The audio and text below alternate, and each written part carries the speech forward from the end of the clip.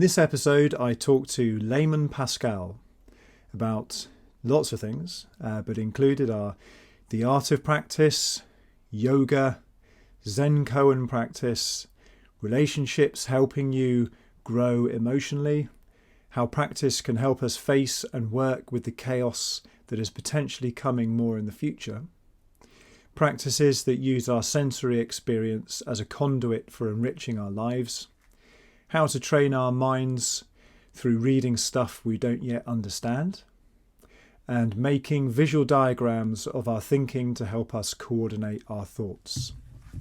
I hope you enjoy this conversation.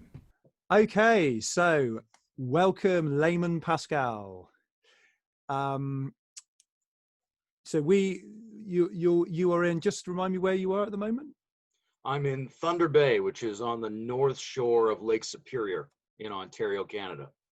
Great. And I was actually on your Facebook page this morning, just checking you out a bit. And you said for 5 generations you've lived in the coastal islands of BC. Is that right? Yeah, that's right. I mean, I've only lived in Ontario for a couple of years. I moved out recently, but my mother's family, her great grandmother moved out to British Columbia, which is where I grew up, on a little island off the coast. Cool. Yeah, I live near the coast too. I can walk to the sea from my house in 1 hour. So nice. It's nice for me. Lake Superior is the largest lake on the planet. So it's got gulls, it's got tides, it's got driftwood. So for me, it's kind of hard to be away from the ocean, but I've got the next best thing. Otherwise, I might freak out in a landlocked area. Yeah. Cool. So we connected a couple of months ago. You invited me to be interviewed on your podcast. It was a YouTube show, and you're kindly returning the favor today. And we've connected around the integral movement and the integral global Facebook page there, which is the integral movement is quite a large movement that's been going on for maybe 100 years, but the sort of the current most prominent figure in that is Ken Wilber, for those who don't know, and so we've connected around that kind of work, and which is all based around this integrating multiple streams of practice into everybody's unique weave. And so today you're kindly going to share your story with how you got into all of this stuff, your successes and failures, and lots of things like that. So let's take it away. So when did you first get into transformative practices, and in particular when it dawned on you that it was an important thing to weave these multiple streams together?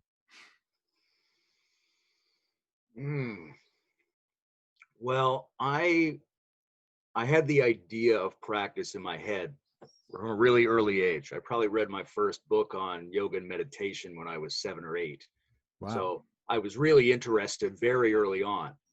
But I didn't put any serious effort into it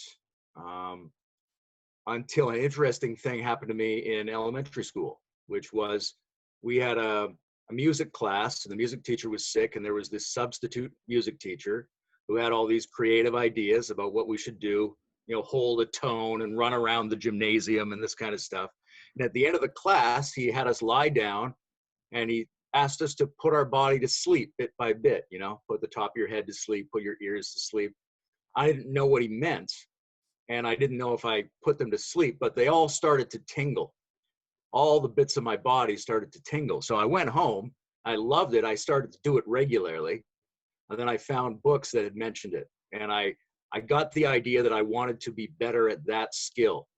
And I would, how fast can I make my whole body tingle as if it's all one piece of energy? I remember running out into the garden, announcing to my parents that I could do it in under 15 seconds now.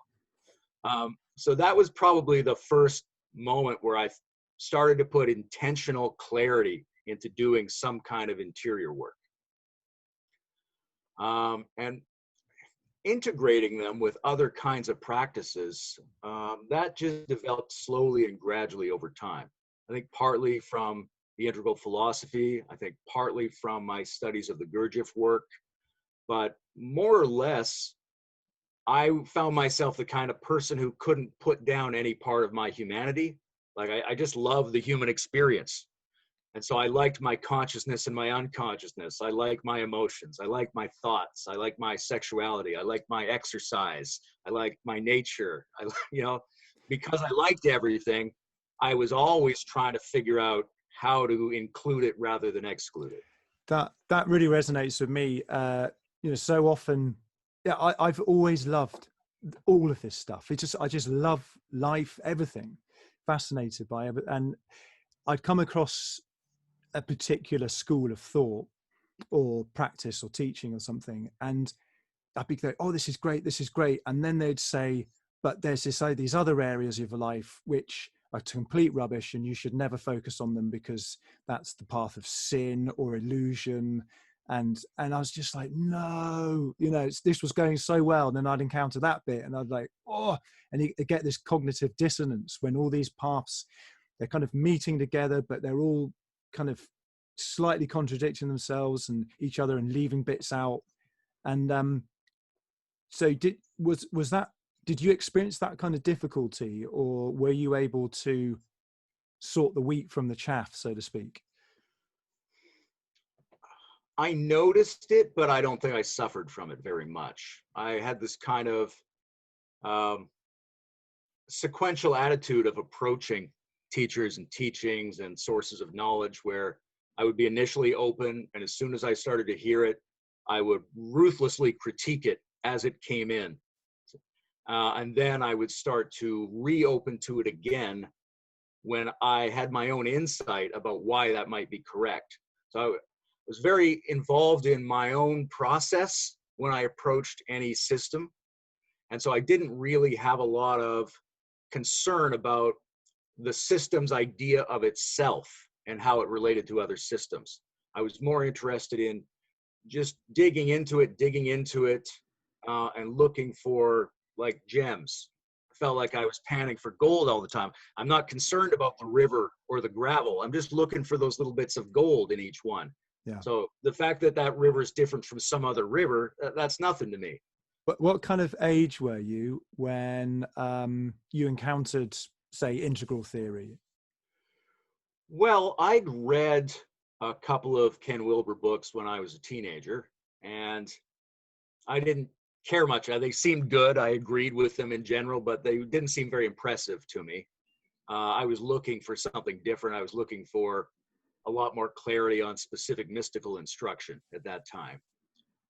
But later in my early 20s, I had a plateau experience, like a peak experience that lasted for a couple of weeks. And in that experience, it was like a tremendous amount of extra space was opened up in my awareness. And I'd been wrestling with and analyzing what I thought was the postmodern state of my civilization at the time. So these two things, that I had a real critique of postmodernism, what I thought was postmodernism, and I suddenly had this extra space that I was adapting to. And so out of that, I began to look around to fill that space with people who had high-powered analyses of the attempt to go beyond postmodernity or pluralism or late modernism or whatever we want to call it. And there weren't too many prominent thinkers, right? I started reading a lot of Nietzsche and Heidegger, but I also came across spiral dynamics, and I came across integral theory and realized I had been aware of it for years without really paying too much attention. And it really comprehensively fleshed out a lot of ideas that I already sort of had. And I realized this was a great language for describing the architecture of how I was now looking at the world. So I just made it a personal point of honor to try to learn their language and then start hooking up with that community to test whether I had that language. And then I dropped out of it. But a few years later, yeah, my need for intellectual community got really strong, and I went back and sort of hadn't left because I made a lot of great relationships there. What that peak experience you were mentioning, what brought that on? And could you say a little bit more about the nature of it? Well, I hadn't slept much the previous night. I had to get up in the morning and get a bus, go on a long journey. And I was hours early for the bus, it turned out. They came very infrequently. So I'm exhausted. There's nobody around, and I've got hours to wait. And I think maybe I could just get a quick nap on this bus bench. But I couldn't, because part of me is alert for that bus. And I just got increasingly more frustrated with myself, because what I wanted to do was let go of my consciousness. And I was also obviously the one who was tensing himself. And it started to stand out to me that this was the problem in my entire life. Everything I was doing was trying to release myself. That was my one goal, was to release myself. And yet clearly I was the one who was thwarting the release. And I was just looking at those two things with more and more emotional intensity. And I finally thought, well, I must be the stupidest human being alive, right? I only want one thing, and I'm the one fucking with that thing. So I'm an idiot. And as I contemplated it as my own idiocy, and as I looked more and more at the contradiction between these two behaviors, it sort of melted. And I felt already released in that moment. And there was a sense of, like I said, expansive space, very stable, good cheer, and a feeling that all of my questions had been answered. And this persisted for several weeks, maybe a month. That sounds kind of reminiscent of a lot of Zen stories of Zen students, that they're having this thing where they're simultaneously trying to let go with a lot of effort at the same time. So they've got their foot on the brake and the accelerator, or they're clinging and trying to let go at the same time, and it drives you mad to the point where you just kind of give up, and then it opens up into that place of effortlessness. And I love that what you said, that so we might say that is sort of collapsing back into your the ground of your being as formless awareness, which is totally silent. And in that place I'm waving because there's a fly landing on my head the whole time. It's not just your gesture for formless awareness. Yeah. like Queen's wave or something. There are no questions in that place. I mean, that's one of the most striking features, and that you know the authenticity of that recognition in yourself is there are no questions and no answers. It's just nothing is needed in that kind of intellectual way at all. It's a crucial part, a crucial event on the path of spiritual practice for anybody, that moment. Yeah, I like that you mentioned Zen there. I spent a good chunk of my 30s working with koan practice.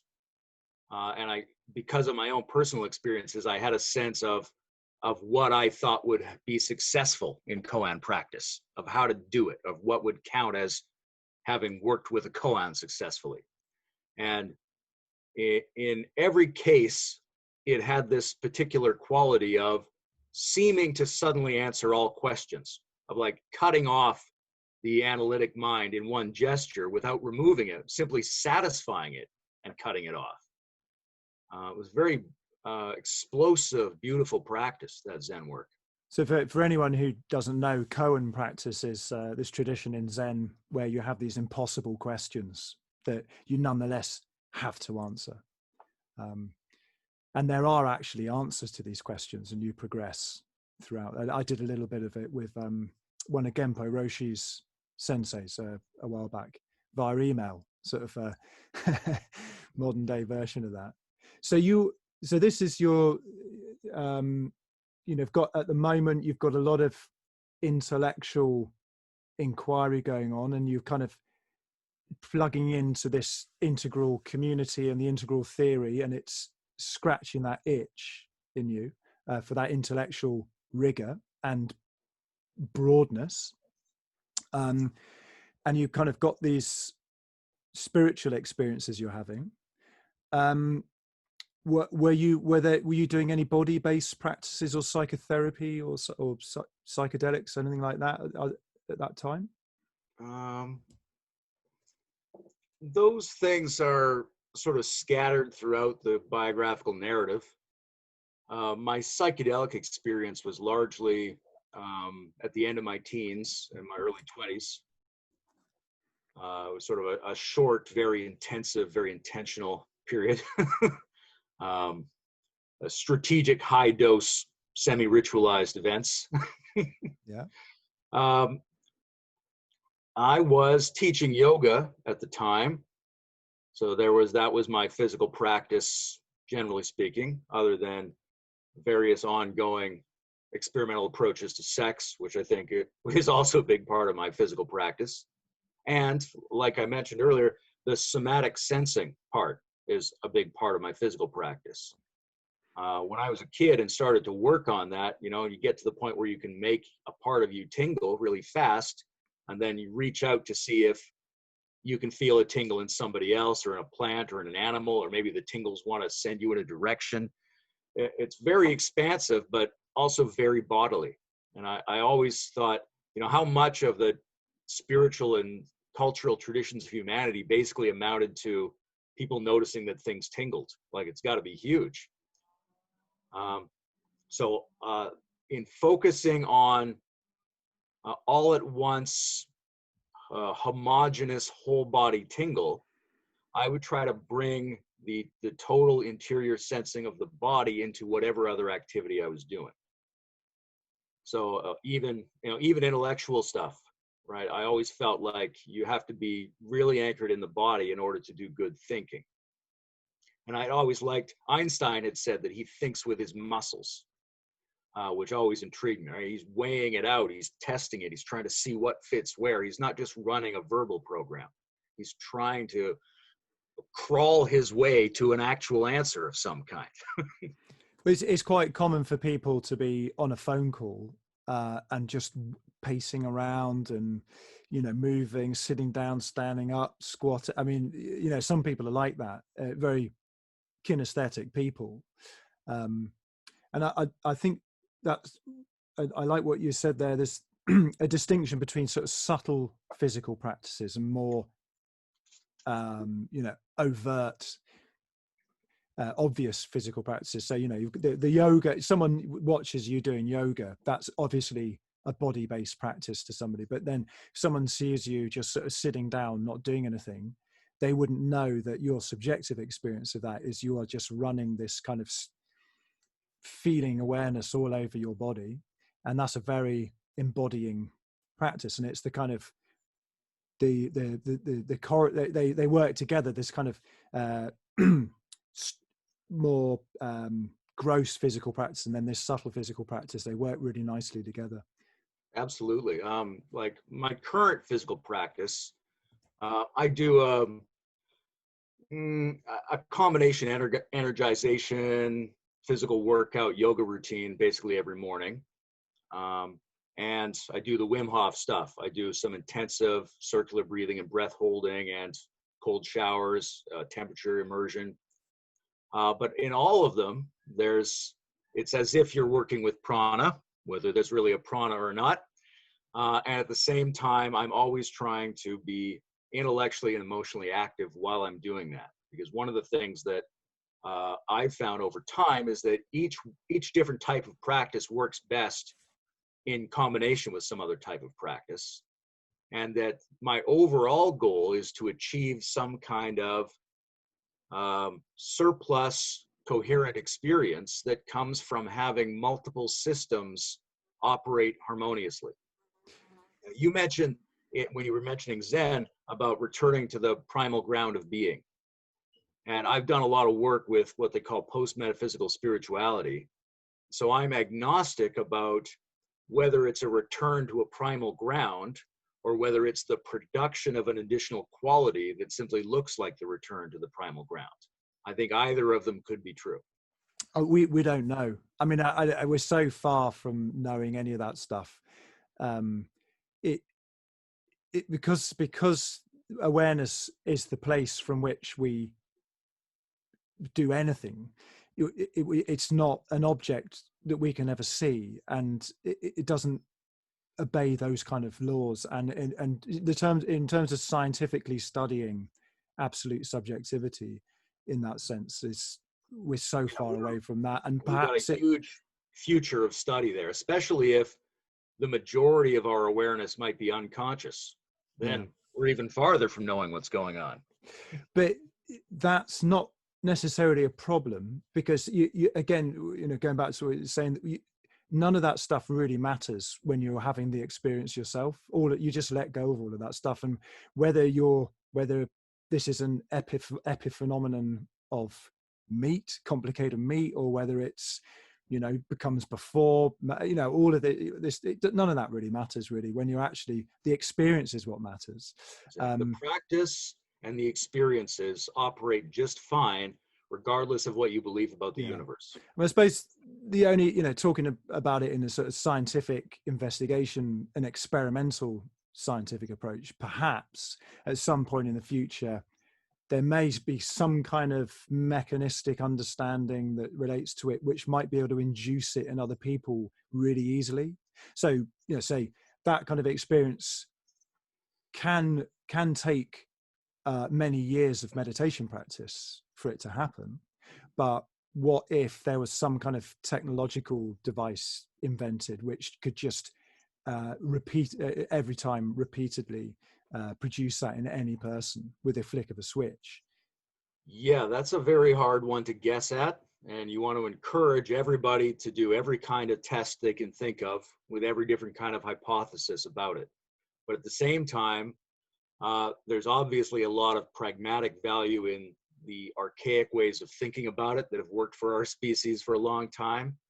And there seems to be something about intentional effort that runs a lot of this. Now, whether or not you could get the results from an artificial process that you could get from intentional effort is uncertain. People do seem to be able to have graceful awakening moments or receive transmissions from teachers. Now, whether that really changes them or it only gives them a temporary experience, we're just not sure. It's worth studying. I think in my own life, in my early 20s, a few times under the influence of ketamine, I experienced everything disappearing, but I was still there, aware, even though everything was gone. And it wasn't scary. It was great. It was a nice thing. I didn't have the kind of the language or the teaching structure around that to actually translate that into the rest of my life. But later on, probably when I was about 30, when I had the experience naturally for the first time, and because I had had that experience before, I kind of knew. Even I knew it was possible. I mean, it's someone might even think it was impossible and that they were on a wild goose chase, if you know what I mean. And I'm not saying this is not the goal of all spiritual practice to get into that state, but it's a very important part of it. Yeah, I was thinking of there's this helmet which does some kind of magnetism thing which can make you have feel like you're not inside your own body. It kind of messes with your vestibular proprioceptive senses, and perhaps there might be some kind of thing that someone invents one day which just completely shuts off your thoughts and bodily sensations but not your awareness, and so people could actually they could get a feel for what that's like and think, is this something worth pursuing? At the very least, artificial methods can give you a tremendous sense of confidence by letting you know that it really is possible for you to have these different state experiences. Like the first time I ever took a psychedelic was just a massive dose of LSD. And among the other things that happened then was viscerally beholding the face of God.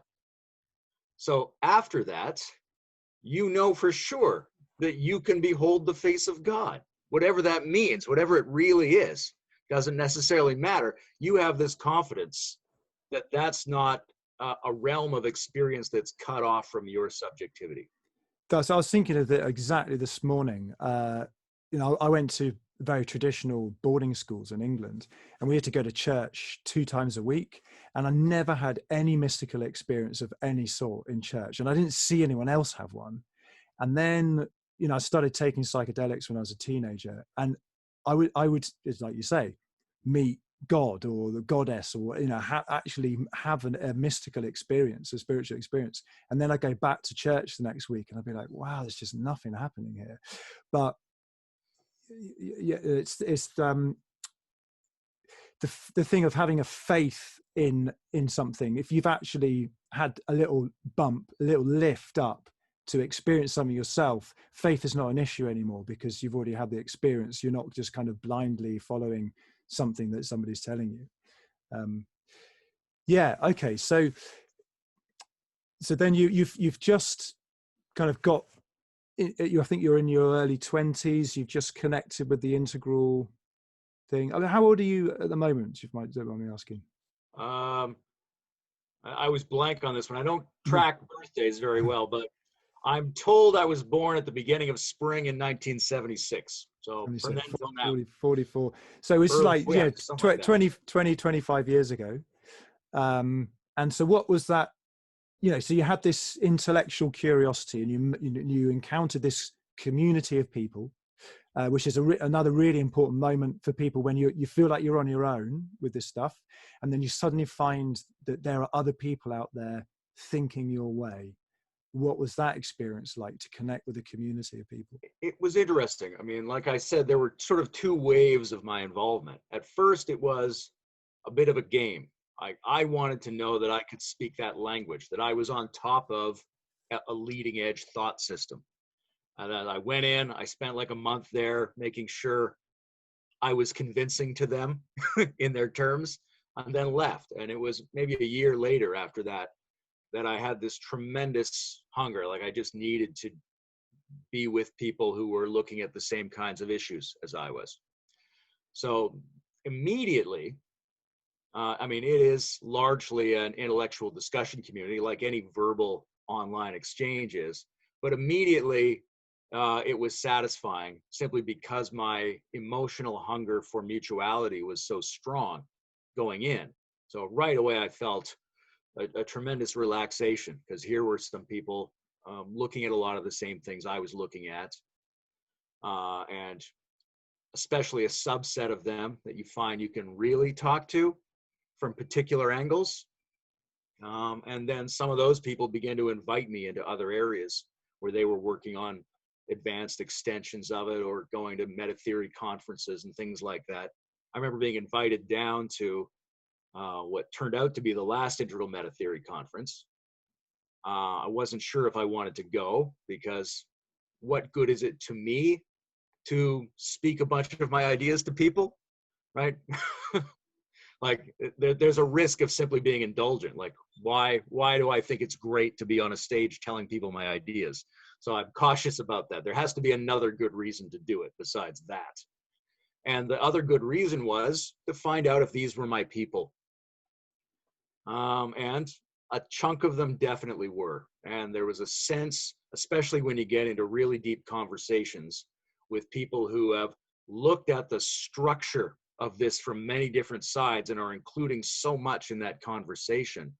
There's just this beautiful aesthetic exchange, right? A sweetness, you know, it's like it smells like roses, and you just feel some huge thing is solved, and there's an immense potential here, and it's immeasurably smooth between all of you. There's a place you can get to in that communion that is as good as anything you can get to on your own or with a guru. And one thing that's important to point out about this integral theory stuff is it's, you know, you're saying there's a lot of writing and talk and intellectual stuff, but it's actually psychoactive. in the sense that, you know, you come across this theory and it actually transforms the way you see the world and the way you act, the way you relate to people, the way you relate to the natural environment. It's a very powerful thing. It's not, I mean, as you say, there are subsets within this group, groups of people, and you do get people that just sit and they just talk waffle all day, and you get people that you know, much more into taking this out and making it real, realizing it in the world with real action, real community, and that kind of thing.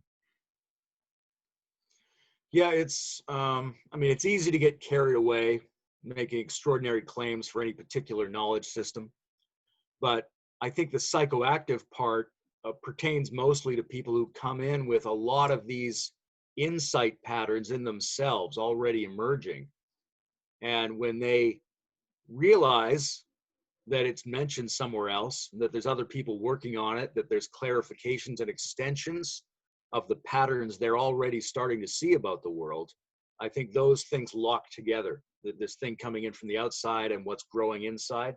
Because you could go into it and just treat it like any other philosophy that might be practical or might be conceptual and not get much out of it. But if you come into it, you've already done half the work yourself, then it really lights up everything you're already growing within yourself. So then, so you say you used to be doing some Zen practice a bit later on after that, is that right? Yeah, I think there's, I mean, I used to go through these sort of annual cycles where I would have, so for a couple of months, I would have one definite approach to my dominant practice. And then for another couple of months, I'd have this other approach. And then maybe thirds or fourths of the year. And this went on for several years, maybe from when I was 28 to 38. You know, and it was almost like the seasons would change. And there was definitely a Zen koan season there where I would go all in. I would deal with my Zen friends and teachers. I would be reading Hakuin and Huineng and always trying to figure out what's the underlying logical mechanism by which the Satori experience is evoked, reading the koans, chewing on them from different directions until you get the explosion. So that was, you know, 2 or 3 months of each year for close to a decade. Yeah, that's nice to hear, because, you know, people think quite often about practice as quite a linear thing. And, you know, there is this other type of movement, which is a more cyclical movement, and maybe even like a kind of fractal thing with big circles with smaller circles inside it. And I think another thing is that's really important with practice is to be flexible with what life circumstances throw your way. So, you know, I'm someone who's really enjoyed sitting meditation practice, and there have been a few times in my life where, like, I went away one time for 6 weeks in the middle of winter in a caravan with my family, and there was just nowhere to sit down and meditate.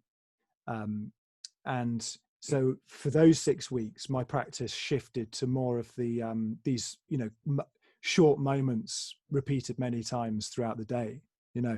And that to begin with, I was kind of grumbling about not being able to sit and do my meditation practice, but then I really got this short moments practice really started to take off. And then when I started sitting again, that experience had fed back in to my sitting practice, which got better. And I do mainly body weight strength training now, and I use minimal equipment because I'm a musician. I play a lot of music festivals and stuff like that. Do quite a lot of traveling, and I can't take loads of weights with me. You know, when I first started doing strength training, I was using weights, and it's so impractical to take that stuff with you. Whereas now, all I need is something to sling up in some tree bough somewhere, and I'm away. I mean, I don't even need that. I mean, I was kind of life forced me into that adaptation, and I'm really glad it did, because that's actually completely changed the way I practice. But it's important thing to be open to these changes and shifts as they come, because otherwise we can get very rigid. Yeah, that's a beautiful insight to have. Partly because we're always in a circumstance, and we have to be able to maximize our circumstance, not just plow forward dogmatically, but also because I think the mechanisms that drive successful practice are built into us, and they're sort of embedded in our biology and our history and our character and our landscape. They're almost like we have these instinctive proto skills that we can get clearer on when we see our practice shift into different contexts, right? Like I think a lot about what was I doing as a child before I thought of practice that actually counts as practice. It just was built in, and successful, healthy life circumstances around me allowed it to flourish.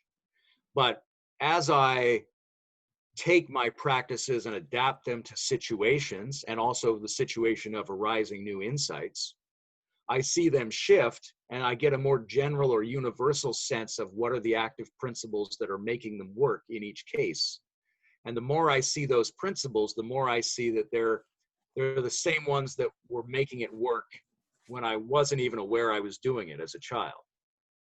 Right? I think there's these very basic, naturally embedded developmental procedures that are unpacked into each of the different practices. And when you only look at this one practice and try to hold it in one way, you can get a lot of benefit out of that, but you end up not seeing these other inter-practice insights. You lack this like meta practice awareness of how to constrain and adapt your practice and what really makes any practice work. What are the things that power any successful practice, and how is it that those are built into us? I think that's a beautiful thing. Yeah, I quite often when people think of taking up different transformative practices, they think of starting something new. Whereas, you know, maybe the first thing people should do is look at their life already and say, well, what am I already doing? And can I actually invest more consciousness, care, and love in those areas? You know, say, you know, if talking of sex, you know, you know, most adults are having sex of some type, and you know that everything can be made sacred, and you can look at your sex life and make it deeper, and you know, explore what you're already doing, rather than, you know, plugging in some tight, completely new type of practice into if sex might become your subtle energy practice, and you might think, right, well, I want to do a subtle energy practice, I'm going to take up qi gong or tai chi or something like that, but you might really enjoy lovemaking. That might be a big part of your life already. You could say, well, look, I already spend a lot of time having sex. Why not make that my subtle energy practice, perhaps?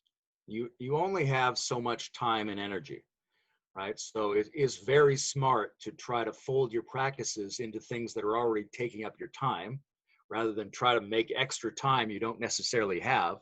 And you only have so much motivational energy. So you've got to tie it to things you really want to do. And I think a lot of that involves trying to be honest with ourselves and the people in our lives about what we think our needs are, and not needs in a special sense as opposed to wants necessarily, but the things that give us energy and make our life function. I heard a great interview with Jerry Seinfeld, the comedian, about his life of transcendental meditation practice. And I do I do a mantra practice every morning, but the interviewer asked him if he'd had any interesting mystical experiences. And he said, no, I don't think about that. It's just that if I don't do it, I feel tired and awful later in the day. Right. And so it's very practical, right? If a person and their partner work out this thing where if they don't bring a certain tempo and frequency and intentionality and emotional frame to their sexuality, turns out they don't feel as good later in the week. Or if I don't do my fasting, I end up feeling bloated and sluggish in a couple of days. Or if I don't do my physical workout, I feel worse. If I don't try to solve mental problems, I feel dull inside. So there's this sense in which if we try to take an accounting of our needs, what we need in order to feel optimal, we end up seeing these things that we do want to do and are already working on. We're just maybe not bringing enough intelligence and intentionality and finesse to it.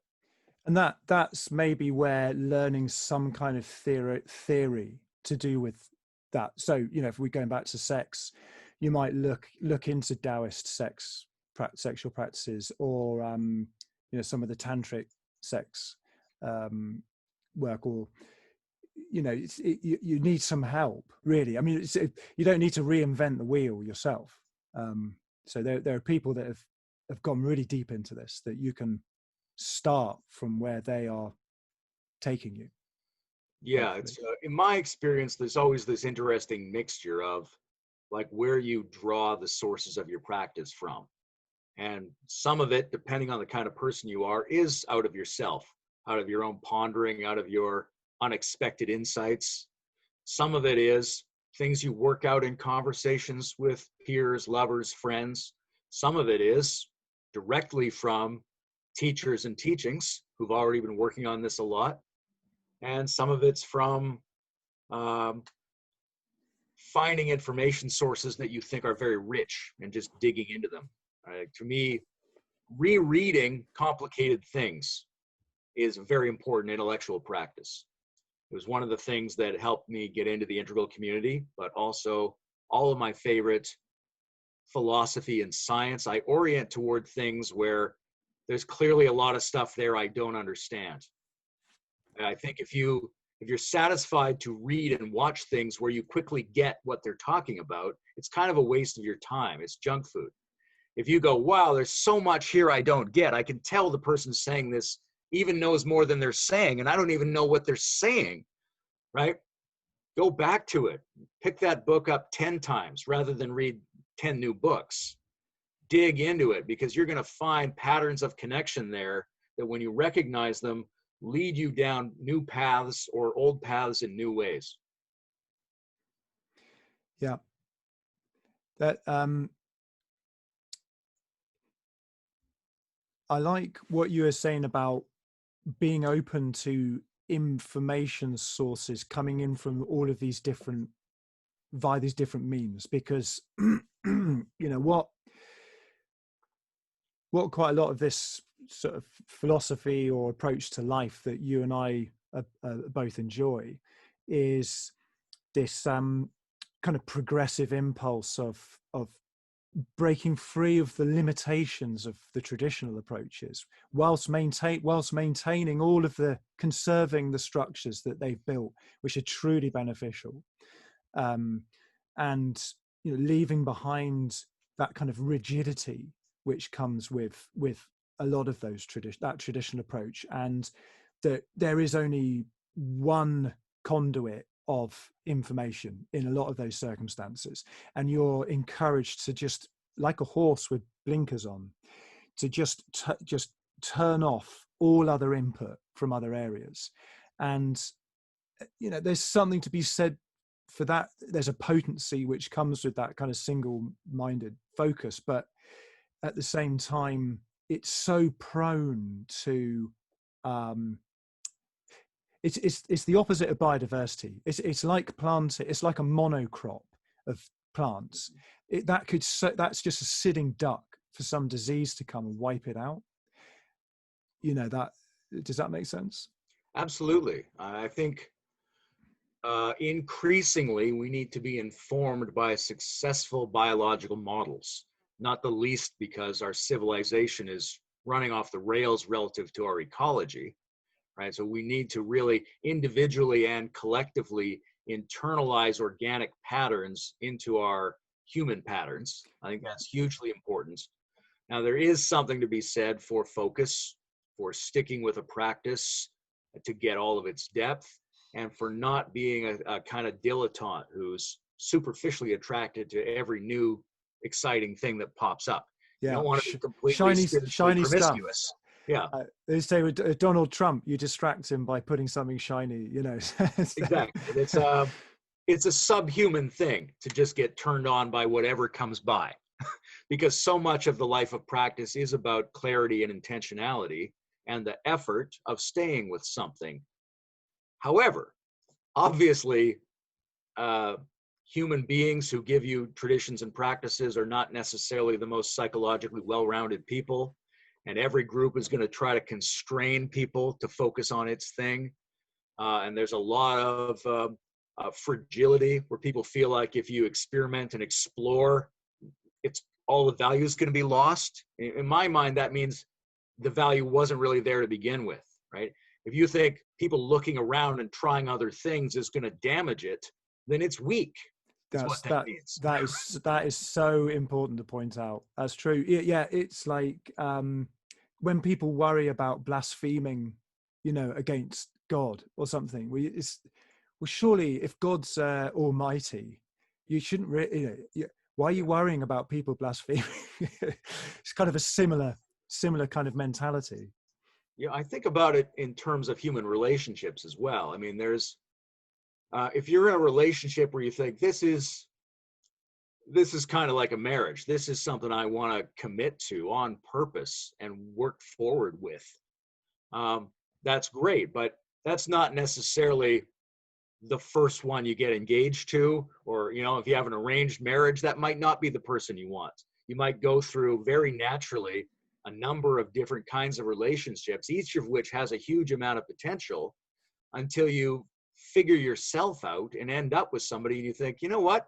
I don't have to force this. I'm actually committed here. This is interesting, right? The commitment doesn't have to be a top-down idea that you ought to commit. It can be something you discover that you're capable of in a particular context. And that doesn't mean the other ones you worked on before weren't valuable, but you only needed them for a while. Now you're in a different place. Like, I don't do a lot of Zen koan practice anymore, right? If that had been one of my girlfriends, we had a great time. It was really valuable. And I still love her and I carry a lot of that with me. But that's not who I'm with now, so to speak.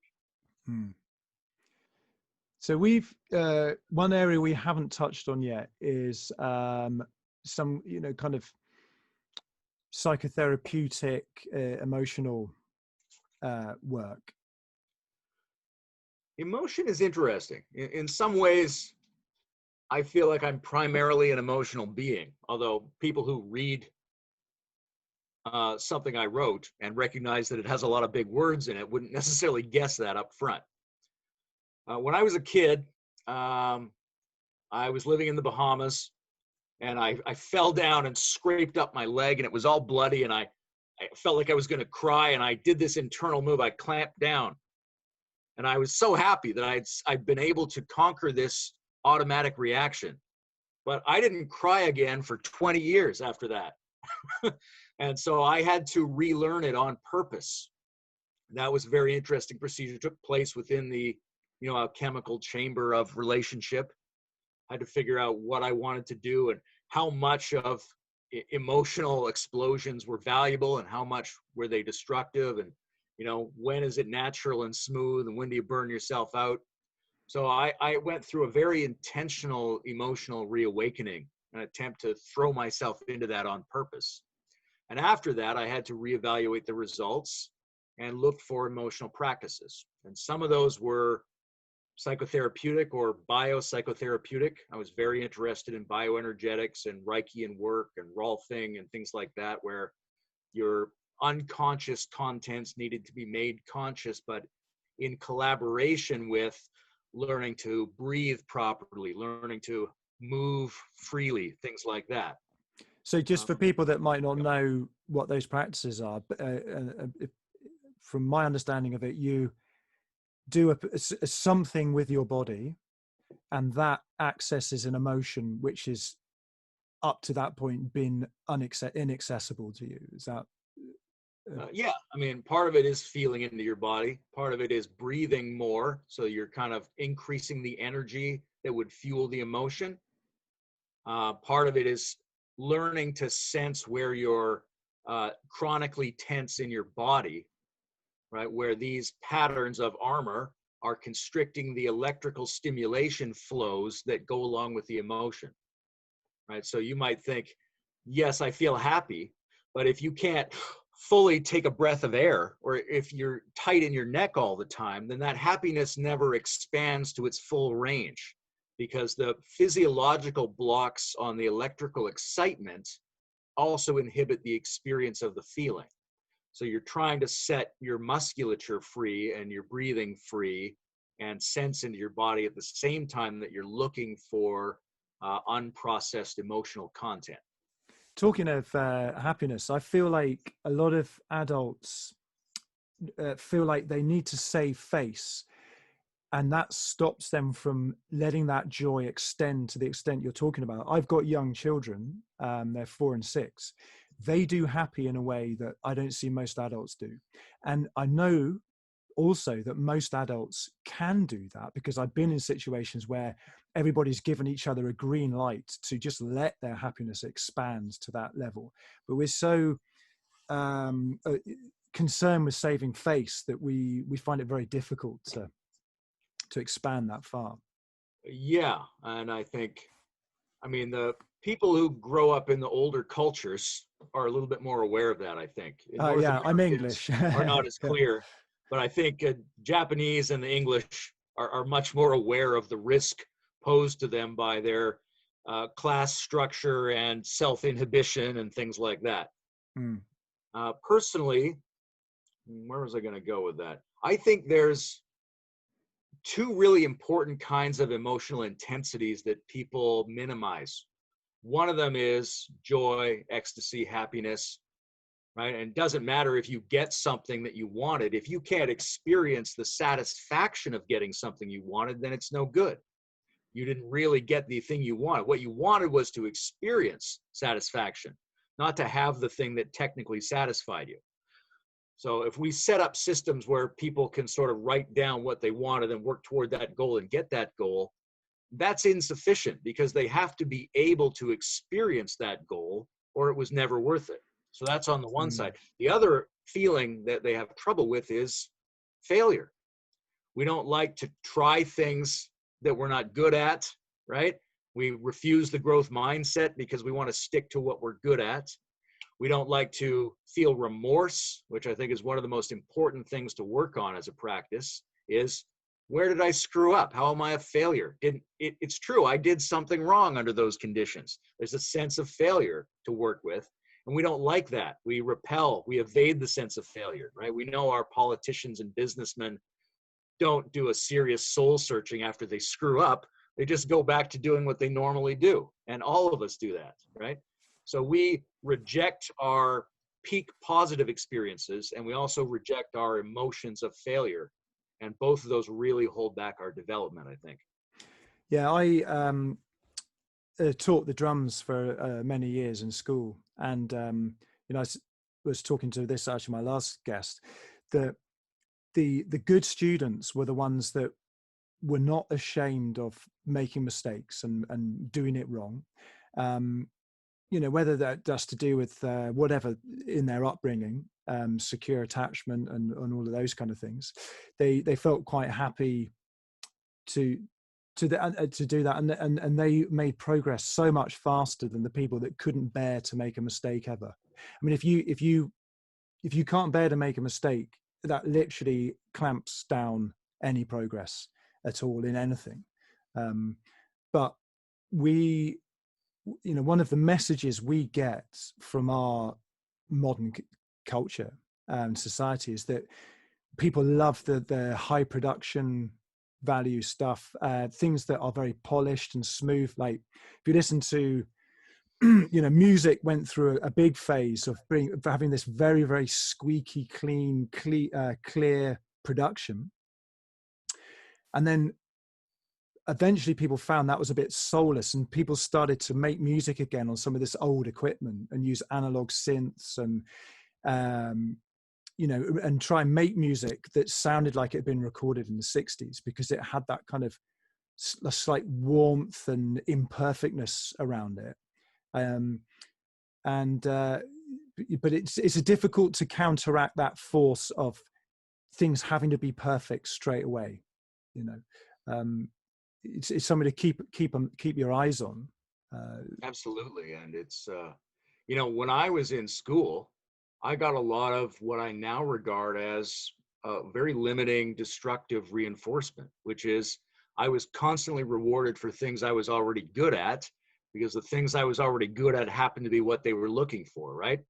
I was really good at sports. I was really good at math. I was really good at English.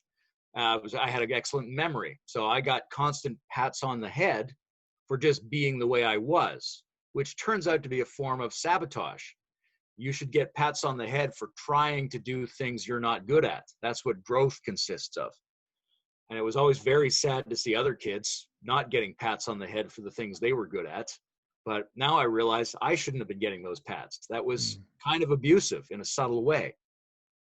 And I think it goes way back in the culture. Like, I don't think it's a byproduct of contemporary technology. I think all of the grand empires of the past tended to ossify around a very pristine conformist ideal, and that we're now just starting to come out of that with some kind of consciousness, that we've got things like, chaos science and complexity dynamics and a new appreciation of the microstructure of biological systems. We're seeing these multi-tentacled, multi-directional, symbiotic, rugged systems and how efficient they are and how resilient they are. And we're seeing that our attempt to set up clean, regular, dogmatic systems fails again and again. Fails like 1950s hospital approaches to birth, like just too locked down to survive any waves of chaos that hit us, and also inhibiting our general full spectrum multidimensional humanity. And that's especially important as we're seeing now in the world. Mass waves of chaos and ambiguity are hitting us. And I don't think that's going to stop. I think that's going to keep going. And in order to deal with that, you need organic resilience on the one hand, and personal practices to set you up to be able to handle that on the other. Yeah, so this multidisciplinary approach to practice, one of the outcomes of that is a flexibility, and an ability to adapt to conditions as they change, and it's quite a new approach to practices. It's not traditional, and it's not necessarily this modern thing, and it's kind of what you might call postmodern and postmodern, what comes next. But it is quite new, and people do find it a little bit threatening, but it's the times really call for it. And I think the results of doing this kind of practice, some of the things you said earlier made me think of this, that if you just do practices across this spectrum of body, heart, mind, and spirit, you don't really know what the result is going to be. You're not aiming towards some clearly defined result. You just know that there's a good chance your life's going to be better, and the life for others around you is going to be better too. So you do these practices, and then you see what, you're open to what actually happens. It's not this kind of clearly defined path. Some of the more traditional approaches to these kind of practices, they have this very clear path, and the paths are still relevant, because if you take the meditation path, for example, you start out chasing the meditation experience, then you have this experience of formless awareness or whatever, and then the next thing is about how do you live with that as an integrated part of your identity, and what does that mean with your relationship with other people in the world. And that's still a map that exists. It's like a bit like those Zen ox herding pictures, but there are new things happening, unexpected. I think we've always got to keep an eye out for innovation and even new things, new stages of practice emerging, and even new states of consciousness. I mean, if you think about some of the experiments that are being done with all of these psychedelic chemicals in labs in China and stuff, well, I was talking to a guest a couple of weeks ago about 5-MeO-DMT. That was only discovered in the 1980s. and it's the most potent psychedelic. It's very unlike all of the other ones. It doesn't have a tradition around it. What other states of consciousness might arise through some of these other new types of practice, or even some pharmacological interventions like drugs, and what's that going to do? It's amazingly open-ended, and we have to take that seriously and emotionally and morally assimilate the fact that it's open-ended. I think if you have an old-fashioned idea of the earth as flat, then you can imagine a hierarchy of growth that just goes straight up like a ladder. But as soon as you realize the earth is actually spherical, then those ladders go up in every direction, right? And if I go up 5 rings and my friend in China goes up 5 rings, he's going in the opposite direction from me. We're going in opposite directions, but we've achieved the same relative development. So there's whole higher levels of thinking which show us how open-ended, how multifarious this can be. That the next person's practice could be totally bizarre as far as you're concerned, and yet they might attain as much as you attained or more in a different direction. So the altitude and directionality have to be sort of unpacked and teased apart as variables. How do you see these different strands of practice you do feeding into each other and potentiating each other? For example, how might psychotherapy help your yoga, or how does your Wim Hof method how does that affect your meditation practice or your relationships? You see what I'm getting at with this? Yeah, I would address that from 2 directions. And the first one is a little bit about just health and needs, which is to say, if you've got a hole, doesn't matter where in the boat the hole is, the water is going to get in. So you have to shore up any areas that are insufficient, right? If you're not getting the physical nutrient you need from your food, or you're getting too much of some anti-nutrient, that's going to screw with everything else you want to do. Likewise, if you're not getting adequate intellectual stimulation, or if you're not really having the emotional exchanges you need, that's going to screw with everything else. So there's a basic level of stabilization, which requires all the legs of the table to be functioning, at least to some minimum degree. Secondly, I think of these ladders or tentacles in different directions as being essentially the result of convergence and integration of practices just in its very nature. I'm almost tempted to define spirit as something that is created or emerges to us through balanced convergence. That when the more systems in ourselves or between ourselves that we bring together in relative balance, the more likely we are to create a greater harmony, an overtone that's more than the sum of its parts. And I think that extra is the engine that fuels our growth and provides us with transcendental experiences. So it's convergence. The growth part is all convergence, even though you have to have that basic stabilization, and you have to know the parts you need to stabilize, which is where a good map comes in. That's interesting, because that kind of plugs into this idea of effortlessness and effort, that once you align things, then the nature's own force pours through it. And so when you kind of make some kind of alignment happen through doing these practices, that's what you just open yourself up to see what nature's going to pour through there.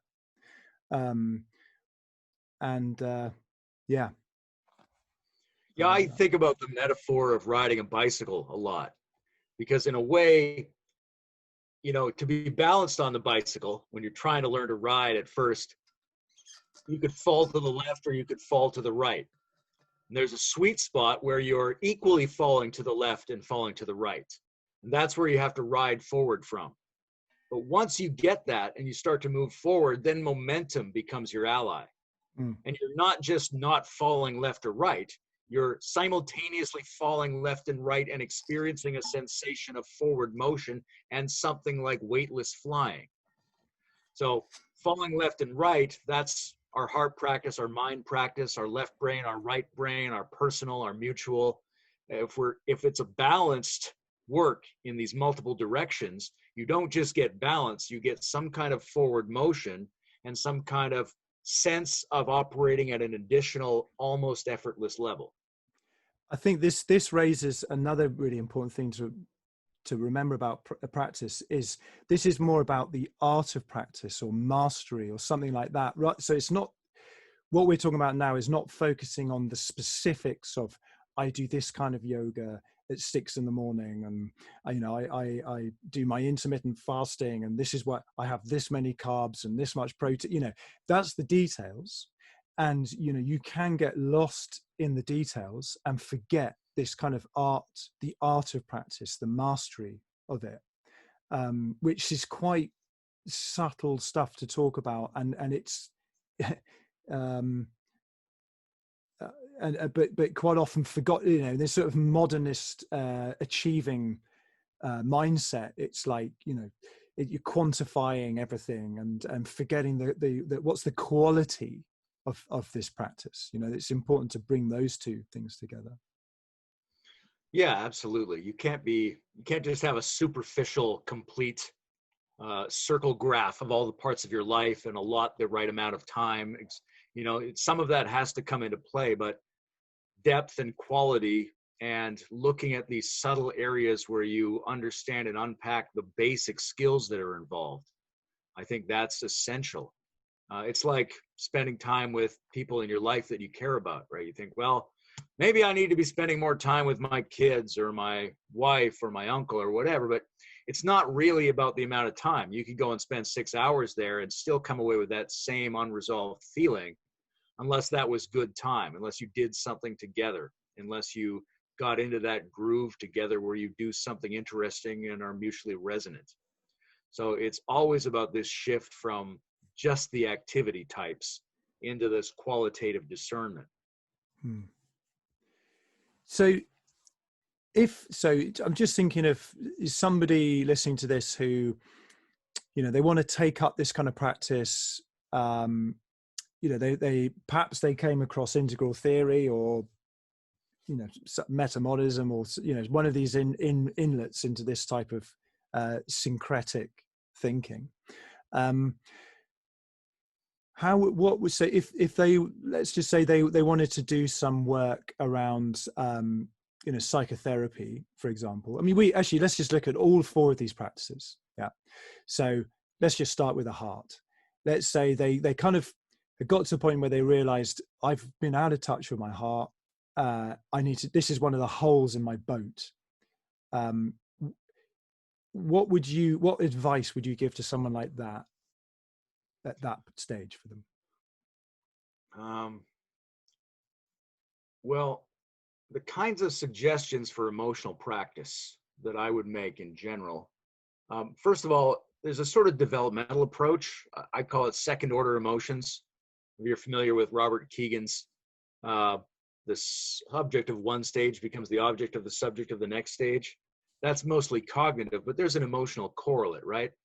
You can have an emotion about your emotions, just like you can have an awareness of your awareness. So if you have a feeling, you can also ask yourself, what feeling do I have about that feeling? And it's almost always a wiser, more transcendental feeling, right? You think, well, I'm feeling a little worried. You're like, well, how do you feel about feeling worried? Well, I feel like it's kind of stupid to feel worried and that maybe I should be more relaxed, right? So a feeling about a feeling, there's a process of growth there where you can get out of the one you're trapped in and get a broader emotional perspective. I think that's very useful. I think one of the most practical things is simply to take seriously the concerns of the people in your life. As long as they're being respectful and not tirading and stuff at you, if they say to you, look, I want you to say this, or you never say this, or you never do this. And, try to admit it. Try to admit things to the people you care about the most, as long as you can trust them. They're very often poking at the very thing emotionally that you need to release for your own well-being. Yeah. That's because sometimes, so often people would think, okay, I need to do something around this emotional work. They start looking through the directory for psychotherapists, see that they charge $100 an hour or whatever it is, they think, yikes. But you can start through just working. The people that you are in relationship with every day can be your teachers, and in that sense, and help you. It's like you say, just take seriously what people are saying. Like, even if just play the game to start with. Yeah. Absolutely. And there's also, Integral has this attempt to summarize a lot of sort of pop spirituality systems of emotional processing. It's called this 3-2-1 method, where you sort of, you find something that's irritating you, and then you try to dialogue with it, and then you try to make it be about yourself. There's a lot of variations of this. One of the most interesting things to do is just let yourself really judge somebody or something in the world until you're really comfortable with what your judgment is, and then see if that judgment applies to you. Let it apply to you. Try to take the reverse, because a lot of the problems where psychotherapy and emotion come together is that the psychotherapeutic problem is that we've reversed or inverted our approach to the emotion. Right? One of the classic things, one of the reasons integral meta theory originally started saying you need to do therapy in addition to meditation is that the energies and the emotions you're working with in your meditation might turn out to be the reverse of the ones you're having. I think we talked about that in our discussion before. Retrojection is this common idea that you imagine you're having the reaction to a thing that's coming at you, when really the emotion you're having is the one that you're imagining is coming at you. Yeah. So you feel fear when you think you're being aggressed against, and you don't notice that you're actually feeling aggressive. So you need to be able to flip your emotions over and see if the one you're really having might be the opposite of the one you feel like you're having. Okay. So what about a physical practice, a body-based practice? And, so let's just say, somebody wanted to develop that area of themselves. There's things you can do yourself, but there's also ways you can find legitimate tuition that's not going to screw you up. Let me just say one more thing about emotion, which is intentionality, right? And the Buddhists are very good about inculcating the intentional practice of positive emotional states. And we know that our brains have evolved to be extra good at negative emotional states, right? So if you have a positive feeling, they say you have to hold it 3 times as long or 3 times as intensely just to balance out a negative one. Yeah. Because we're built to worry about the tiger, not to feel good, so to speak. So you have to intentionally focus on and amplify the reasons for your positive emotions, just so that you don't slip into depression. Yeah. But I think there's a larger pattern there, which is anytime you try to intentionally hold an emotion, even if it's a negative emotion, you end up merging your whole system and your intentional intelligence with that feeling, right? If you're feeling fear and you think, all right, I'm going to feel fear. Let's do this. Let's hold this fear feeling and explore it. It starts to change. You start to become smarter about that emotion at the moment you intentionally try to hold it and get into it. Now, physical practices. On that, Rick Hansen has a good practice called taking in the good, and he's a neurodharma is his thing. So it's neuroscience, but combined with Buddhism. And he says that when you're having a good experience, make sure you actually let that land, because we're hardwired to pay more attention to negative things, and if you don't take in the good, you're not getting nourished on that level. There's a lot of sentimental nonsense around gratitude, but at the same time, you have to teach yourself to experience the depth of things that are working when they're working. The science fiction author Kurt Vonnegut used to say, if this isn't good, I don't know what is, right? If something nice is happening, say that something nice is happening. Mentally go over the parts of it that make it so nice. And tell yourself, well, isn't this so nice? Like, It doesn't have to be, a hallmark idea of I'm trying to experience gratitude and appreciation because I've heard those are positive emotions.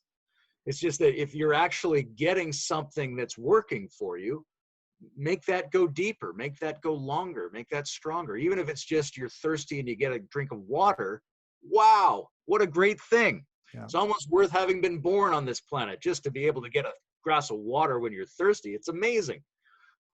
That goes back to what we were saying about rather than trying to plug something new in. So if this gratitude practice of, say, you're forcing yourself to to have gratitude for something. Actually, we're talking about pulling new practices in rather than just looking at what you're already doing, because it's all with this gratitude stuff. There are things all the time, little things, and it's just like noticing that and actually on its own terms. You don't even need to do it. As you say, when you're thirsty, a glass of water is really good. Just notice that it's really good. You don't have to stand at the end of the day and say, thank you for all my food and my water. And, that's kind of flat and has no juice to it. Yeah. So physical, mobility and tone, I think, are the minimum things. If you want to work up to, headstands and, musculature and things like that, if you want to be able to run, those are interesting, but those are more like specializations. I think the minimum thing we need is that all of our parts need to be able to move freely and that our general system has to have a good tone, right? Your muscles have to be able to pull on each other properly. And that's where, the right kind of yoga, or even just when you do your activities, try to bring mindfulness to them and try to do muscle exercise in your daily routines. Take the opportunity to carry heavy grocery bags, to walk up an extra flight of stairs, to carry a piece of wood, something like that. To me, that's a beautiful thing, is how often we turn down the opportunity to do some normal functional exercise. Taking the elevator I've rather heard people make fun of this thing where a guy gets out of his limousine and he has somebody take his bags to his room, and then he takes the elevator up to the floor with the gym, and then he works out in the gym. Yeah. But he won't lift his bags and he won't walk up the stairs. Yeah. Yeah. Yeah. So there's that. For me, a lot of it is, I love, over time, the yoga exercises I've come to prefer are ones where I either move a part of my body independently of the other parts, or whether I just hold a general exercise that works as many muscle systems as possible. Planks are amazing, right? A good plank, if you hold it long enough and you let every part of yourself do the work, then they all get exercised and they all pull on each other. And it allows your system to learn to hold itself together rather than I'm doing this exercise to try to get this result. So general functionality and tone and mobility, to me, that's tremendously important, as well as you've got to relax, right? You've got to take the time to do things that let your body down. You've got to take a massage if you can get a massage, or just lay down in the grass in the sun or something like that. Let yourself relax. And for me, that's always been a struggle. When I lived on the coast, I had a job with this great health program. So I would go to this spa and I would try a different service every time. You get the cups, you get the needles, you get the massage, you get the energy work. But it's really hard for me to do that. I'm very active by nature, and receiving can be difficult for me. I have to fight myself. And that's a fight that's worth taking up, right? You think, you get a little rub and you think, well, that's enough. That's enough. I need to become active now. And you say, no, I'm going to use my active nature to fight myself and hold myself here. Even if that's all I can do, I'm just going to stay the hour. So there's a lot of things and people in the world that are trying to give things to our bodies that we're rejecting. Yeah. And so being vigilant about that and constraining our reactions so that we can actually receive what our body needs, that's hugely important. That's you know, where relationships can really help. My wife is much better. I mean, I'm more like you, that kind of active doing. She's the one that books us the spa sessions, you know. And I'm so grateful. She has taught me so much about that kind of more self-care, and that really opening up to massage and saunas and the spa thing, for sure. And it's really been an education for me. And if I wasn't in a relationship, you know, I wouldn't do that, and I'd miss that, because I wouldn't. You know, it goes back to what we were saying about taking people's other people seriously, what they say, you know, right? Not just kind of single-mindedly having your own focus. You know, it's like being open in that way is really key. Yeah. I personally, I think you're a fool if you don't do a breathing exercise every day of some kind.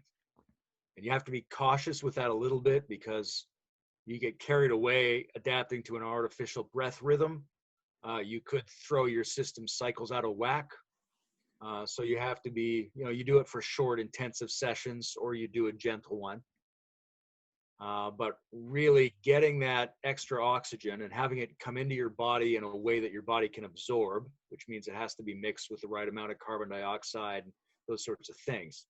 I think that's really important for boosting the immune system, for giving all of our organs not only the oxygen chemistry, but also the electrical excitement that our cells need in order to thrive.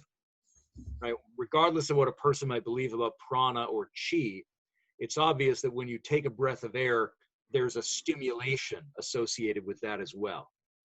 And trying to increase the cellular excitement that comes along with breathing is immensely important. It's at the root of all those old yogic practices about pranayama. So that's really important to me personally. So perhaps we could move on to you know, a spiritual practice. You know, somebody is wanting to develop that area. You know, they might be already doing things for their body, heart, and mind, but they think the spirit's the thing that's letting me down. That's a hole in my bucket. Spirit's an interesting one, because we typically conceive it as an additional force or entity outside of ourselves, or as a totality of all of existence. And those are great ways to think about it. But there's also a way of thinking about it where it basically is the harmonized combining of your other practices. That if you really put time into paying attention to or making efforts in heart, mind, and body simultaneously and with equal intensity, you'll find that after a while they sort of blend together. And that blending gives you a feeling of diffuse, intensified beingness. And that feeling is something you can relate to, integrally speaking, through different lenses. It might seem like a higher energy. It might seem like a more intense version of yourself. It might seem like the presence of another entity of some kind. But I think once you encounter that, however you've encountered it, by grace or by exercise, once it shows up, you try to relate to it somehow. Right? And whether it's heart, mind, and body, or 7 chakras, or left and right, or all 4 quadrants of the integral map, when you've brought many things together in balance and they've started to work really well, and you get this other feeling of balance, of excess coherence, then your spirit job is to try to bring that into your life. You can question it. You can express yourself to it. You can try to do things while maintaining it. But you're trying to bring it into the world somehow, bring it into your actions, judge things according to the overflow that it's presenting to you. That might be a little bit abstract, I know, but I have this. Well, my sense is integration, if properly accomplished, leads to this extra. Sure. This extra can be like another thing. And then as soon as it's there, you have to work with it somehow. And that's your spirit life. Yeah. And one, you know, in a more concrete way, one way someone might build up a relationship with that side of our identity is through doing meditation, feeling that experience you're talking about, that feeling, and just over time building up a relationship with that side of yourself, like you would build up a relationship with a person, you know. Yeah. Or it's kind of having mutuality with yourself. Well, let me tell you what I do each day in terms of meditation. In the morning, I do what I call a subtle mantra meditation until I get to the point where all of my thinking and emotional concerns vanish, and I'm absorbed into an exquisite sense of buzzing that seems centered around the head, and then I try to get up and bring it into the body. And to me, that's an important way to start the day, because it's really relaxing and orienting and puts my brain back together after having let sleep do whatever sleep does to it. So that's my morning.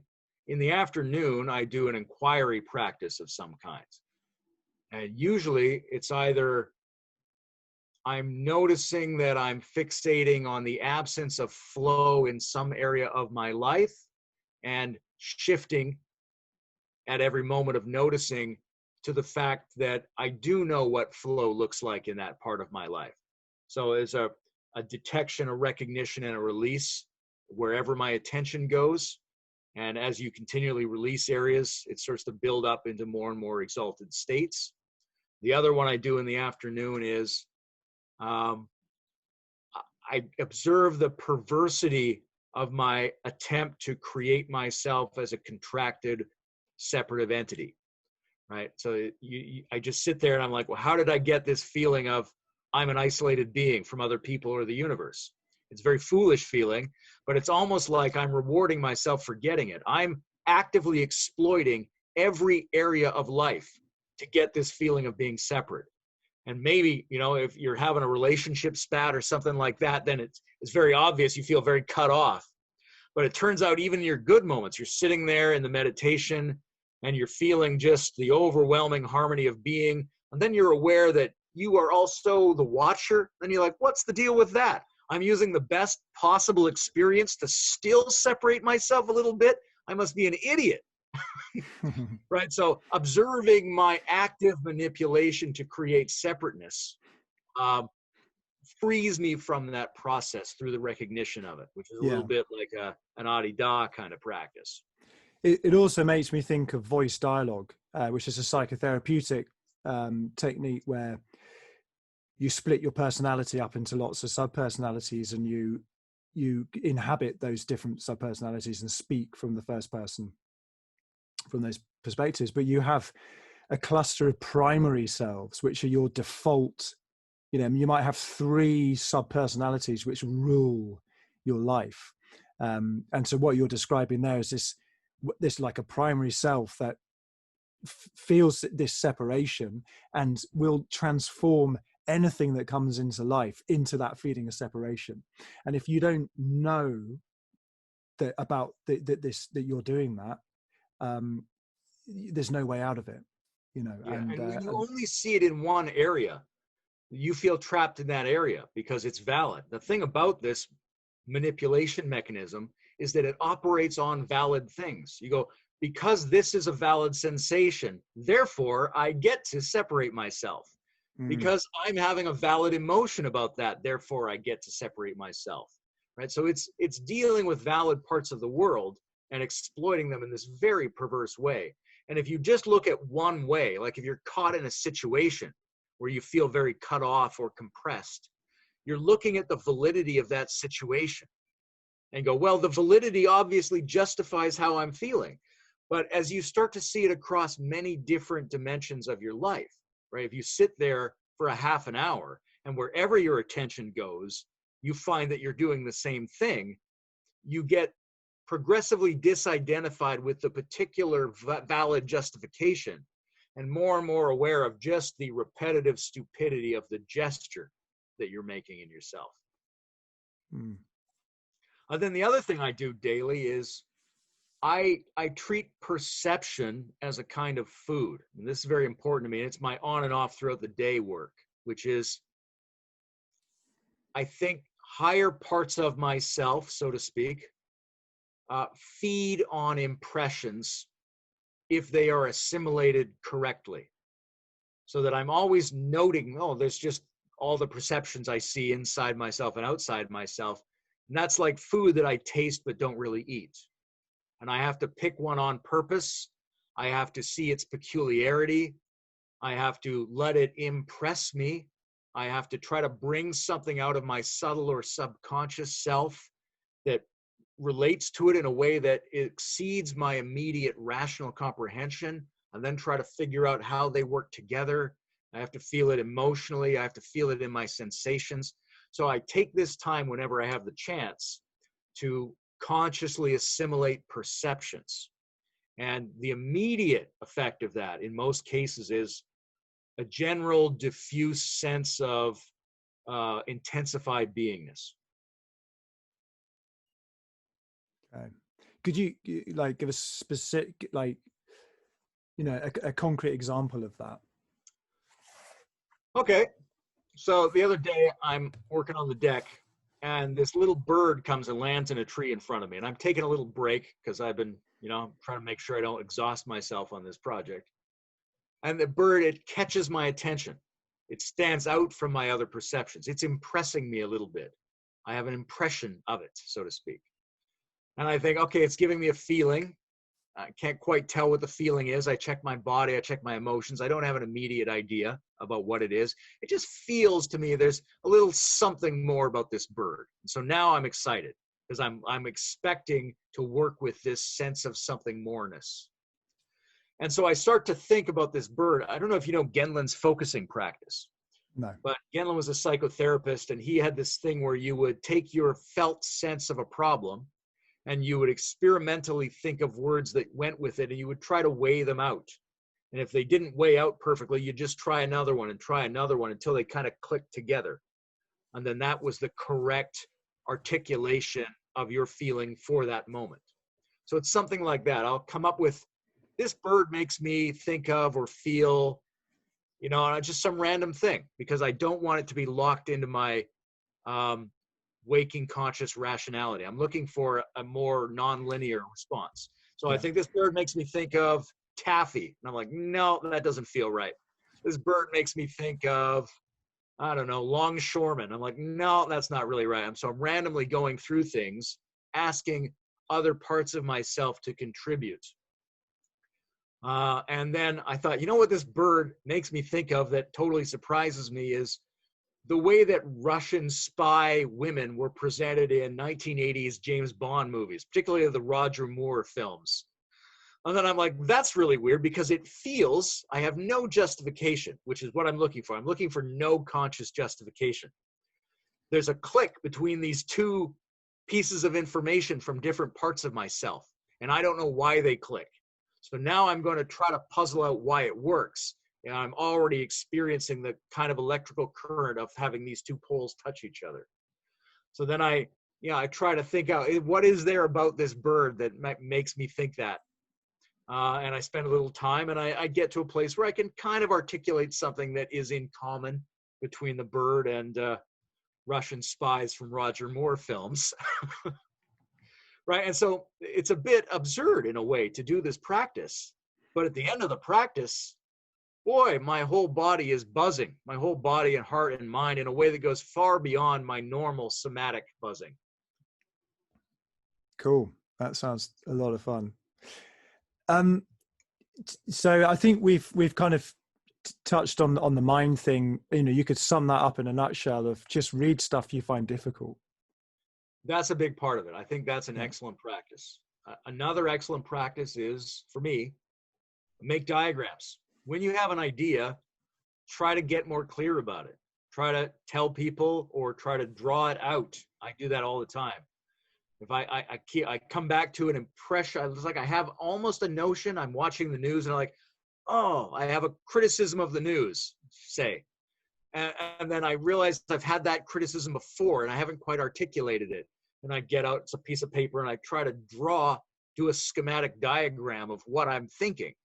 And then I look at the diagram and I have to adjust it a little, and then I can behold my own thought in structural clarity. And that takes me to the next step in my thought process on that topic. So I think that's really important, is to create things that challenge you to clarify your thought and then re-examine that and assimilate it. That's important. And the other thing is just try to answer questions, right? You know, there's all these questions from other people and in politics and in science. You know, how does quantum physics and gravity fit together? Nobody knows, but why not have a go at it? You know, why not put the book down and spend 10 minutes seeing if you can come up with the answer? You probably can't, but it's worth it. Like, have a go at intellectual problems. These other people who worked on them, the great philosophers and thinkers and scientists, they were just human beings like you, right? And most of their thoughts amounted to nothing. Sometimes they hit on gold. So go for it. Attempt a solution or an answer. If somebody asks you a difficult question, try to answer them. That's great. I love it. So I'm aware that you kind of wandered a little bit away from your story. So I just want to try and tie it back in a bit with that. What are some of the mistakes you feel you've made along your path? And do you think you can help people avoid that, or is that inevitable? Yeah, that's tricky, because whenever you reach a new understanding, it seems that you were making mistakes before, even if they led you to this understanding. When I was a kid, I was a huge fan of Robert Anton Wilson.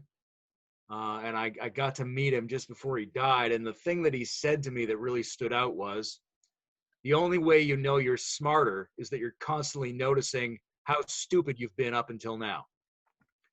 But that's the test. So when you make an insight, yes, suddenly you retroactively realize you've been making a mistake. But that's also the mistake that led you to that insight. So it's difficult to be dismissive of mistakes in that sense. However, a lot of things have changed for me over the years. Some is just human maturation. But I definitely, I think, put too much focus on consciousness. I put too much focus on the romantic feeling that I got from different sacred aspects of the universe, God or nature or the moon or teachings. They would give me this feeling that there was some amazing thing there. And I spent way too much time being involved in that feeling quality rather than pursuing my own path step by step. I think I was very reluctant to feel responsible for things, to feel remorse, reluctant to see the value in traditional theological terminology. What I see now is that there's a really interesting way to internalize guilt and sin and things and God that means something to me as a human being, that aren't just some kind of sociological trap. And learning to want to feel effort, learning to want to feel that I've been in error, those are things that I rejected, mostly unconsciously, for a long time.